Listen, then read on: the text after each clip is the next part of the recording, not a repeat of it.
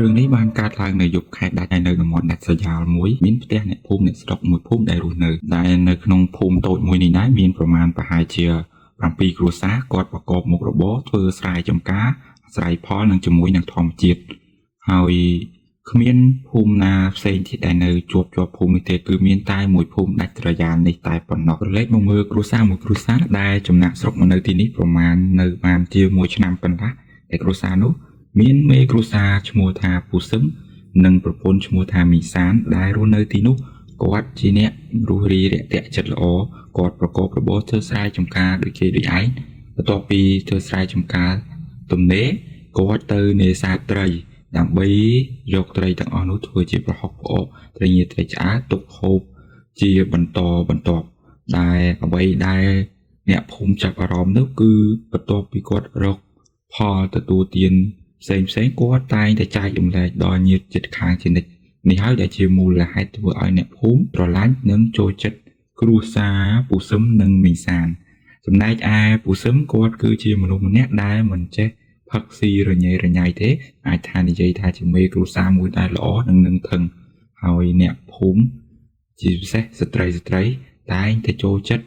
និងយកគំរូតាមហើយណែនាំប្រាប់ទៅប្តីរបស់គាត់រៀងខ្លួនថាឲ្យយកគំរូតាមពូសឹមទស្សនវិជ្ជានៅម៉ោងប្រមាណ7យប់នាយឆាននិងនាយសុកក៏ដើរចូលមកផ្ទះរបស់លោកពូសឹមដើម្បីជជែកគ្នានៅមុខភ្នក់មួយពូសុកក៏ធ្វើការរាក់ទាក់ទៅនាយឆាននិងនាយសុកសួស្ដីក្មួយទាំងពីរមកចុះអង្គុយលេងសិនពូនឹងទៅយកអីខ្លះមកសម្រាប់ក្មួយទាំងពីរហូបចំណែកឯនាយឆាននិងនាយសុកក៏ធ្វើការរាក់ទាក់ទៅពូសឹមដូចគ្នាមិនអីទេពូខ្ញុំមកនេះគឺគ្រាន់តែអង្គុយលេងដើម្បីសួរសុខទុក្ខទំនាក់ទំនងគ្នាតែប៉ុណ្ណោះឯនាយសុកអង្គុយលេងបានយូរបន្តិចក៏សរសើរទៅពូសឹមថាពូសឹមគឺជាមនុស្សល្អបើខ្ញុំមានបងប្រុសដូចពូវិញមិនដឹងថាជាល្អយ៉ាងណាទេចំណែកឯពូសឹមគាត់មិនបានទៅត្រេកត្រអាលនឹងពាក្យសរសើរបញ្ជោរបស់នាយសុកទេគាត់ក៏បកត្រឡប់ទៅវិញថាក្មួយក៏ជាមនុស្សល្អនៅក្នុងភូមិនេះដែរពូសង្កេតឃើញទង្វើរបស់ប្អូនរាល់ថ្ងៃប្រហាក់ប្រហែលតែនឹងពូដែរហ្នឹងមិនត្រឹមតែប៉ុណ្ណោះពូសឹមក៏ថែមទាំងបញ្ចូលលើកជើងនាយសុកបន្តិចថានាយសុកឯងរូបរាងសស្អាតក៏ពុះក៏បានសម្បល់អីក៏ស្អាតថែមទាំងមានចំណេះធ្វើស្រែចម្ការនេសាទអីហ្នឹងមកកាផ្លេបើស្រីនៅក្នុងភូមិណាគេបាននាយសុកឯងធ្វើជាប្រពន្ធហ្នឹងមិនដឹងជាសំណាងយ៉ាងណាទេលោកពូសឹមនិយាយមិនទាន់ចប់ផងនាយឆានដែលនៅក្បែរនោះក៏ចំអកទៅនាយសុកថាលោកពូសឹមចេះតែបញ្ចូលនាយអាសុកហើយវាជួមុខឡើងក្រហមតែប៉ុណ្ណេះវាដើរទៅភូមិវិញញញឹមញញែមដូចជាមនុស្សឈួតអញ្ចឹងហើយពូសឹមនាយសុកមិនបង្អង់យូរក៏ថែមរបោយទៅនាយឆានបន្តិចថាទេអីឯងមិនចង់ចំណែននឹងអញមែនគ្រាន់តែពូសឹមសរសើរអញបន្តិចបន្តួចវិថីឯងគ្រាន់តែសើចញញឹមតាមទៅចាំបាច់មកនិយាយថែមផ្លែផ្កាមកអញអញ្ចឹងមិនត្រឹមតែប៉ុណ្ណោះនាយសុកថែមទាំងឌឺដងទៅឲ្យនាយឆានថាវិញណែអាឆាណាឲ្យពូសឹមសរសើរឯងមិនកើតបើឯងមុខឡើងខ្មៅស្បែកឡើងខ្មៅហើយភ្នែកធំច្រមុះក៏ពិតតិចធំឲ្យពូសឹមគាត់រកកន្លែងណាល្អសរសើរឯងទៅនាយសុកក៏ថែមមកឃ្លាទៀតថាបើនិយាយពីសក់ក្បាលរបស់ឯងវិញអាឆានអើយឡើងក្រញាញ់ដាក់ក្រាស់សិតចូលក៏សិតមិនកើតបោះចូលទឹកត្រពាំងភ្លុងលើកហែងមកវិញក៏ពឹសតោងពេញក្បាលនាយឆានោះមិនយូរទេមុខឡើងក្រមៅចេញខ្យល់ក្តៅតាមត្រចៀកវូខឹងនឹងអាសុកដែលជាមិត្តសម្លាញ់ខ្លួនឯងហ្នឹងដាក់ពី3បងអញ្ចឹងមកបន្ទាប់មកលោកពូសឹមឃើញសភាពការថាវិជ្ជាបកែកគ្នាតឹងតសៃកោឌឺដងគ្នាពូសឹមក៏ផ្អាកបានហើយក្មួយទាំងពីរនាយឆានក៏ស្អាតដែរហើយនាយសុកនេះក៏ស្អាតបែបដែរអ្នកទាំងពីរឯងកុំឆ្លោះគ្នាអីធ្វើមិត្តសម្លាញ់នឹងគ្នាបន្តទៀតទៅពូសឹមឃើញទឹកមុខនាយឆាននៅតែកមើគាត់ក៏លើកជើងបញ្ចូលបន្តិចទៅថាឆានគេខ្មៅមែនតែគេខ្មៅស្រស់សក់ក្រញាញ់តែសក់រួញអង្គាដីបែបអង្គើដូច្នេះគេប្រកាសជាខ្មែរអង្គរដែលចាប់ជាតិហើយ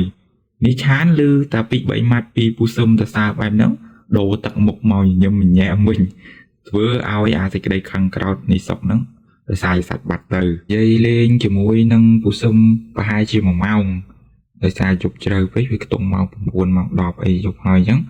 នេះឆានហើយនឹងនេះសុកហ្នឹងក៏ងើបឈរហើយជំរាបលាពូសឹមទៅផ្ទះរៀងខ្លួនចំណែកពូសឹមក៏ផ្ដាំថានេះឆានហើយនេះសុកហ្នឹងទៅផ្ទះវិញមើលដើរតាមផ្លូវមើលផងប្រយ័ត្នខ្មោចលើទាំងពីរនាក់ទៅពូសឹមហ្នឹងគាត់មាត់ក៏អំបិលប្រហុកទៀតថែមទាំងធ្លោយថាប្រយ័ត្នខ្មោចលើទៀតហើយនេះឆានហើយនេះសុកនេះក៏តបវ៉ាតលពូគឺគ្មានខ្មោចឯណាមកលើអាឆានទេបើមុខវាអាក្រក់យ៉ាងហ្នឹងអ្នកទាំងពីរហ្នឹងក៏ដើរចេញពីផ្ទះពូសឹមទាំងសោចតែសំណោចតែថាគ្មានខ្មោចឯណាលើបើមុខអាឆានហ្នឹងវាអាក្រក់ជាងខ្មោចទៀតផ្លូវដែលធ្វើដំណើរពីផ្ទះពូសឹមមកផ្ទះនេះឆានហើយនឹងអ៊ីសុកហ្នឹងគឺវាមានចម្ងាយប្រហែលជា1គីឡូដីដោយសារមូលហេតុពូសឹមហើយនឹងនីសានគាត់ជាជនចំណាក់ស្រុកមកនៅកន្លែងហ្នឹងថ្មីដោយសារកន្លែងហ្នឹងវាគៀកនឹង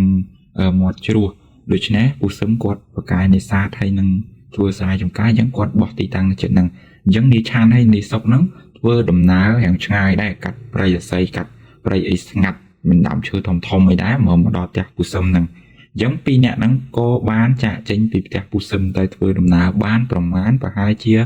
300ម៉ែត្រទៅដល់គុម្ពឫស្សីដែលដុះឡើងចាក់ស្ដុកឡើងមើលទៅគួរឲ្យខ្លាចមួយហ្នឹងស្រាប់តែពួកគេនិយាយលេងសើចជាមួយគ្នាសំណើចដូចស្វាយក្អាយសើចដល់ពេលពួកគេទាំងពីរហ្នឹងឈប់និយាយស្ងាត់បាត់សលេងស្រាប់តែឮសំឡេងល្វើយហៅអាសុកមកណែអាសុកនេះហៅនេះសុកហ្នឹងហើយមកណែមកផ្លែតធ្វើសំឡេងសំដៀងនឹងឪពុករបស់នេះសុកគាត់ឮអញ្ចឹងក៏ប្រាប់ទៅនេះឆានថាទេឪពុកយើងហៅយើងអីតាតោះយើងទៅមើលបន្តិចមើលពេលដែលកំពុងតែដើរហ្នឹងនេះសុកគាត់គិតក្នុងចិត្តអត់ទាន់បាននិយាយស្រាប់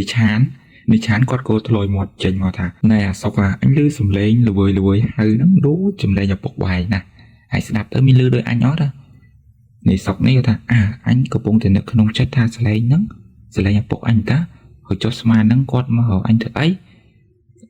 នេះឆាននោះក៏អត់បន្តយូរដែរបើសិនជាសំឡេងហ្នឹងឪពុកឯងមែនមកយើងទៅមើលទាំងអស់គ្នាអានេះសុកនេះគាត់នៅតែសង្ស័យថាមែនទេអ្វីទៅទេក្នុងចិត្តគាត់គិតថានឹងខ្មោចអីប៉ុន្តែអត់ហ៊ានប្រាប់ទៅអាឆានខ្លាចវាខ្លាចឆាននោះអត់មានគិតអញ្ចឹងគិតតែទាអាសុកមកទៅមើលដើរទៅរកសលេងហ្នឹងមើលអញ្ចឹងពីរនាក់ហ្នឹងក៏ព្រមព្រៀងគ្នាដើរទៅតាមអាសលេងដែលហៅថាអាសុកសលេងរបស់ពុកគាត់ហ្នឹងកំពុងតែពិភាក្សាគ្នាជាមួយនេះសុកនេះឆានថាហៅទៅសម្រាប់ចិត្តគ្នាទៅអីណាស្រាប់តែនេះសុកបកែកញ៉ាញថាទេខ្មោចទេអត់ទៅទេតែពុកអញណាស្មាននឹងគាត់មកហៅអញទេគាត់ប្រកាសជាសម្រាប់នៅផ្ទះហើយសលេងនេះច្បាស់ជាសលេងអាម៉ងហើយ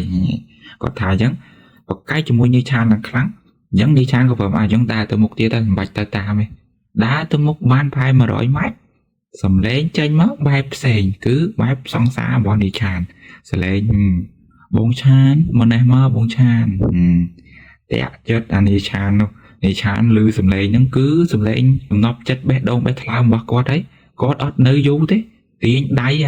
នេះសុករត់ទៅសំឡេងហ្នឹងមកនេះសុកនេះកំពុងតែអេអងទាញដៃមកគ្នានៅស្ងៀមសិនចាំស្ដាប់មើលសិនតើសំឡេងហ្នឹងបន្តទៀតអត់តែសំឡេងហ្នឹងអត់មានបាត់ទេរត់ទៅលើទៅហើយលឺព្រោះដូចជាសង្សាររបស់នាយឆានហ្នឹងចឹងនាយឆាននេះទ្រាំបានទេគាត់ថាយប់ហើយឱកាសគាត់អីគាត់យ៉ាងខូចដែរមិនក៏សំណប់ចិត្តមកទាំងយប់ចឹងគាត់ថាឱកាសគាត់ហើយនាងចន្ទថាដែលជាសំណប់ចិត្តថ្លើមថ្លៃរបស់គាត់ហ្នឹងឮសំឡេងស្មាតែគាត់មកគាត់យ៉ាងខូចដែរគាត់លែងដៃពីនេះសុកថាបើអញ្ចឹងឯងទៅមកសបកអញចាំនៅក្រោមដើមឈើហ្នឹងឯងទៅរកសលេងហ្នឹងអញ្ចឹងនេះឆានរត់ទៅតាមសលេងហ្នឹងប្រហែលជាទៅ80ម៉ែត្រនៅក្បែរគុម្ពឫស្សីមួយផ្សេងទៀតពីមុនហ្នឹងតែចូលទៅដល់អែបនឹងដើមជ្រៃដែលដុះជាប់នៅគុម្ពឫស្សីហ្នឹងនេះឆានបងឆានគាត់ហៅបងឆានមកនេះមកនេះឆាននេះគាត់ថាអូនចន្ទថាបងទៅហើយអូនចន្ទថាកុំសាច់លឺពេកនិយាយថែមអញ្ចឹងទៀតរត់ទៅដល់គឺអាដើមជ្រៃដុះក្បែរគុម្ពឫស្សីហ្នឹងពុបសលេងហ្នឹងក៏បាត់ហើយនេះឆាននេះក៏បវល់ខ្លួនស្រែកហៅអីអូនចន្ទថាកញ្ញាហៅបងឥឡូវអូនឯងទៅណាបាត់ហើយស្រាប់តែបវល់មកជុំបែរចេញទៅឆ្វេងទៅស្ដាំហើយបកមកវិញវាក់ព្រាយនៅតំណឹងភ្នែកធំសក់ឡើងវែងមុខសិតឈាមហូរមកគ្រាន់តែឃើញភ្លាមនាយឆានមានស្អីលិចនោមភ្នែកឡើងសថ្លែតឃើញព្រាយនឹងវាធំជាងខ្លួនទៀតនោះមានដឹងថាសំណប់ចិត្តណាគឺព្រាយខំចំកករបស់នាយឆាននឹងដាច់កក សិតតែឈាមហូរពេញនឹងធ្វើឲ្យនីឆាននឹងស្លាប់បាត់បង់ជីវិតភ្លាមហ្នឹងទៅកំពុងតែឈរស្ងាត់នេះសុកនៅក្រោមដើមឈើដែលរងចាំនីឆានគាត់ក៏ឮសំឡេងជួយផងសំឡេងហ្នឹងគាត់ជាមិត្តភ័ក្តិយូរឆ្នាំបោះនីឆានគាត់ដឹងថាសំឡេងហ្នឹងសំឡេងអាឆានយើងគាត់ហត់ទៅតាមសំឡេងហ្នឹងភ្លាមពុបទៅដល់ឃើញនីឆានកំពុងតែត្រូវព្រាយក្បាល8ហ្នឹងជាជក់ឈាមនៅកកខ្ទាតឈាមបាច់សាច់ពេញនឹងពុំតាប្រកាច់ញាក់ត្រឹមមុនដាច់ខ្យល់អញ្ចឹងនាយសុកនឹងភ័យផងអាខ្លាចនឹងក៏ផងចង់ជួយមិត្តភក្តិនឹងផងក៏បកពីកន្លែងនឹងព្រឹបរត់មកអ្នកភូមិឲ្យមកជួយយើងរត់ទាំងហត់ទាំងភ័យទាំងញ័រខ្លួនមកហៅអ្នកភូមិក៏មនីរូតរះដុតច្រឡោះកាន់ទៀនកាន់ឆ្កៀងរត់ចូលទៅក្នុងភ័យកន្លែងគុំរិស័យមានដើមជ្រៃហ្នឹង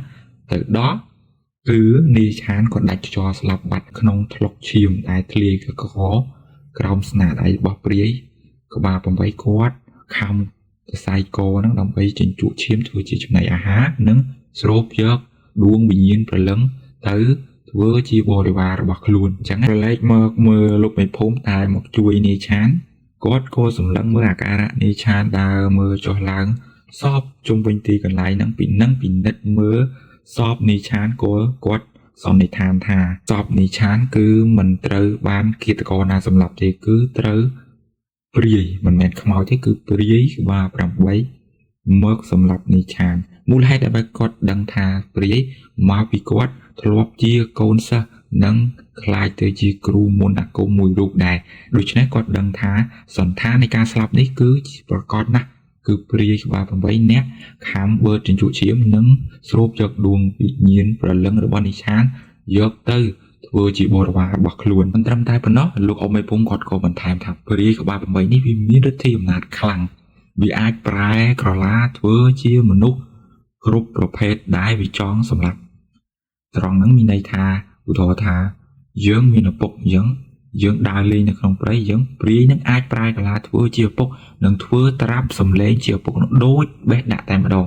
យើងកន្លែងហ្នឹងបើយើងមានការគិតពិចារណាវែងឆ្ងាយរត់ទៅតាមសំឡេងហ្នឹងច្បាស់ជាត្រូវព្រាយនឹងខំសម្លាប់នឹងស្រូបយកដួងវិញ្ញាណរបស់ខ្លួនហើយតបពីរឿងនឹងបានកើតឡើងមួយរយៈប្រមាណ 4-5 ថ្ងៃអ្នកភូមិគាត់ផ្អាកទៅនេសាទនិងផ្អាកទៅចូលព្រៃបរបាញ់សត្វនឹងរបរធ្វើស្រែចម្ការមានន័យថាគាត់ធ្វើតែពេលថ្ងៃទេពេលយប់គាត់ចូលដេកបិទទ្វារគ្រប់ចិត្តអស់ហើយកន្លងផុតទៅ 5-6 ថ្ងៃដូចយ៉ាងស្ងាត់ដែរអត់មានហេតុការណ៍អីកើតឡើងបន្តទៀតទេចំណែកសពនីឆានក៏ធ្វើបន់តាមប្រពៃណីអីទៅអញ្ចឹងទៅងាកមកមើលថ្ងៃទី6ពូសឹមហើយនឹងនីសុកគាត់ក៏នាំពបួរគ្នាទៅបងសំណាញ់នៅឯតពាំងថ្លុកមួយជាប់នឹងភ្លឺស្រែអញ្ចឹងកំពុងតែបងសំណាញ់នីសុកក៏ចាប់ទាញសំណាញ់ឡើងមកក៏ប្រទះឃើញក្បាលខ្មោចមួយគឺក្បាលនោះស្តៀងនឹងក្បាលនីឆានដែលសាច់រឿងយើងនីឆានគឺអត់ដែលមានដាច់ក្បាលទេគឺគាត់គ្រាន់តែធ្លីកកត្រូវព្រាយបើជញ្ជក់ឈាមទេដែលហេតុការណ៍នៅក្នុងសំណាញ់នេះគឺប្រកាសច្បាស់ណាស់គឺព្រាយគាត់ជាអ្នកនិមិត្តបន្ទាប់ពីប៉ុណ្ណឹងមកពូសឹមហើយនឹងនីសុកក៏រត់ចែកជើងគ្នាព្រាតទៅរត់រហូតទៅដល់ដើមឈើធំមួយក៏ឮសំឡេងរបស់នីឆានថាអាសកឯងមិនគួររត់ចោលយើងអញ្ចឹងនេះចេញឡើងមកមែនតើណាអាសកឯងមិនគួររត់ចោលយើងអញ្ចឹងក្រែងឯងជាមិត្តភក្តិរបស់យើងអីឃើញក្បាលយើងហើយឯងគួរមិនយកទុកទៅអាសកនោះភ័យញ័រញាក់ហើយពូសឹមគាត់ចាស់មែនតែគាត់នៅតែខ្លាចខ្មោចដូចគ្នាភ័យដូចគ្នាបន្ទាប់មកព្រាយក្បាល8ដែលមានភ្នែកធំហូរសុទ្ធតែឈាមសក់ខ្មៅអស់រលោងលើដីនៅគៀនគល់ឈើដ៏ធំមួយក៏ចេញមកអ្នកទាំងពីរក៏អត់មានរត់ទៅណាដែរនឹងថឹងនៅប្រមាណជា10ម៉ែត្រពីគល់ឈើនោះអញ្ចឹងនីសុកក៏យកដៃទាំងពីរបិទភ្នែកដោយលួចមើលចន្លោះមួយចំណែកឯពូសឹមគាត់ឈរត្រឹមគាត់ថាគាត់អត់បានបិទភ្នែកទេគាត់ឈរត្រឹមព្រាយហ្នឹងក៏រៀបហោះចូលមកហើយគ្រាន់តែមុនហោះចូលគាត់បដាយផ្ដាំថាឯងជាមិត្តភក្តិនឹងយើងមែនទេយើងគឺនីឆាននៅតែនិយាយយ៉ាងរហូតដើម្បីឲ្យអាសុកហើយនឹងពូសឹមហ្នឹងគាត់ឆ្លើយតបបានឆ្លើយតបហើយគឺព្រាយហ្នឹងហោះមកបើជញ្ជក់ឈាមនិងស្រូបយកដួងវិញ្ញាណរបស់ពួកគេយកទៅធ្វើបរិវារពពេជ្រហ្នឹងគ្រាន់តែរៀបចំនឹងថាហោះចេញមកវិច័យដនអីអ្នកភូមិក៏ដឹងថាហេតុការណ៍នឹងបានកើតឡើងដែរក៏ទៅនិមន្តព្រះចៅអធិការមួយរូបដែលមានសិលបារមីខ្ពស់ព្រះចៅអធិការនោះមកដល់ក៏ សូត្របល័យអថ័ននៅក្នុងពីព្រះត្រៃវេទអាគមរបស់គាត់ហ្នឹងបន្សាបទៅលើព្រាយហ្នឹងដោយនាំវិញ្ញាណនិងប្រលឹងដួងព្រាយហ្នឹងឲ្យចូលទៅក្នុងក្រឡមួយហើយក៏យកក្រឡហ្នឹងទៅអប់នៅក្រោមបល្ល័ង្កព្រះដែលរំងាប់ឲ្យព្រាយហ្នឹងចេះតាំងសិលយកធម៌អាទៅធ្វើជាចំណីអាហារវិញមានន័យថាកុំទៅលងធ្វើបាបឬក៏ចិញ្ចក់ឈាមឬក៏សម្លាប់ជីវិតមនុស្សណាមួយតាំងពីថ្ងៃនោះរហូតមកដល់សប្តាហ៍ថ្ងៃគឺភូមិនឹងបានសុខសាន្តហើយគ្មានអ្នកណាស្លាប់ឬមន់ទាគោក្របីអ្នកណាស្លាប់បន្តទៀតនោះទេ